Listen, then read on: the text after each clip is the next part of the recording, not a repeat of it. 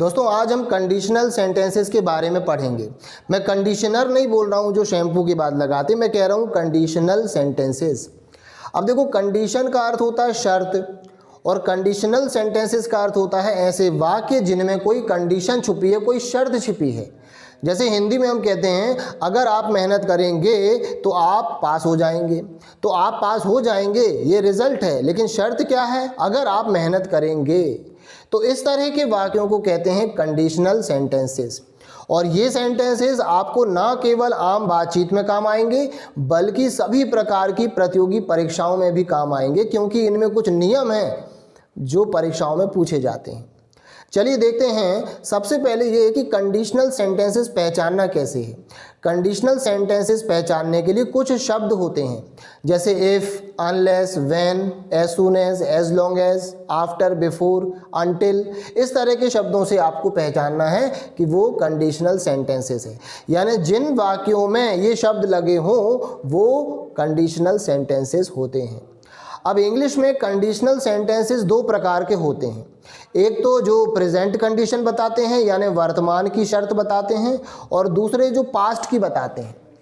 तो आज हम चर्चा करेंगे केवल प्रेजेंट कंडीशन की।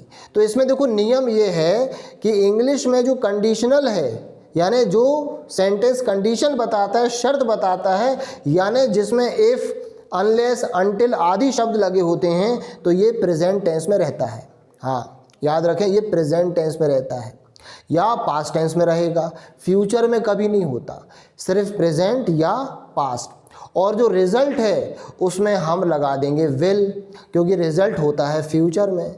अगर कंडीशन प्रेजेंट है तो रिजल्ट होगा फ्यूचर। एग्जाम्पल से समझते हैं।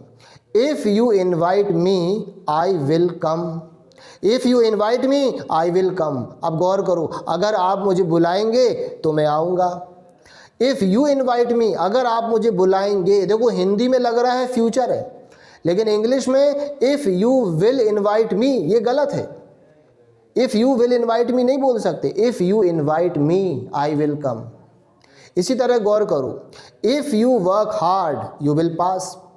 अगर आप मेहनत करेंगे तो आप पास हो जाएंगे।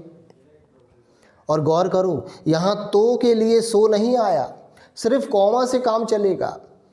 कई बार प्रतियोगी परीक्षाओं में वो सो लगाकर एरर दे देते हैं, वहाँ सो नहीं लगाना हमको। हाँ, और देखते उदाहरण।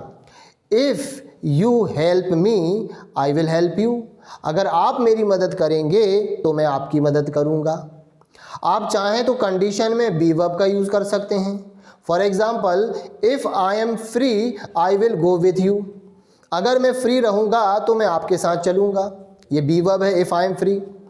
इसी तरह, if my father is at home I will not go to play. अगर मेरे पापा घर पर होंगे मैं खेलने नहीं जाऊँगा। अब आप पॉजिटिव वर्ब भी लगा सकते हो कंडीशन में, जैसे if I have time I will do this work. अगर मेरे पास समय होगा मैं यह काम कर दूंगा। तो आप एक्शन वर्ब भी लगा सकते हो, if you work hard you will pass. आप बी वर्ब लगा सकते हो, if I am not busy I will help you. और आप पॉजिटिव वर्ब लगा सकते हो, if I have time I will go with you. तीनों वर्ब में आप कंडीशन बना सकते हो, लेकिन गौर करो तीनों में क्या है? प्रेजेंट टेंस है, इसमें फ्यूचर कभी नहीं आता। यही तो एरर देते हैं परीक्षाओं में। अगर वो आपको परीक्षा में दे दें if you will help me, तो ये सेंटेंस गलत हो गया।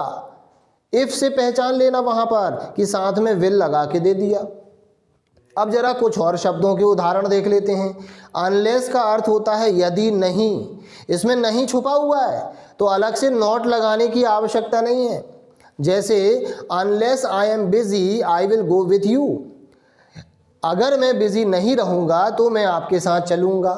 तो अनलेस आई एम बिजी, यदि मैं बिजी नहीं रहूँगा। इसी तरह unless you work hard you will fail. अगर आप मेहनत नहीं करेंगे आप फेल हो जाएंगे। अब वैन का उदाहरण देखते हैं। When the train comes I will inform you. जब ट्रेन आएगी मैं आपको इन्फॉर्म कर दूंगा, ठीक है, चुपचाप वहाँ बैठे रहो। अब गौर करो, अगर परीक्षा में आ जाए when the train will come तो ये गलत है। व्हेन कंडीशन बताता है, इसमें फ्यूचर टेंस नहीं आएगा।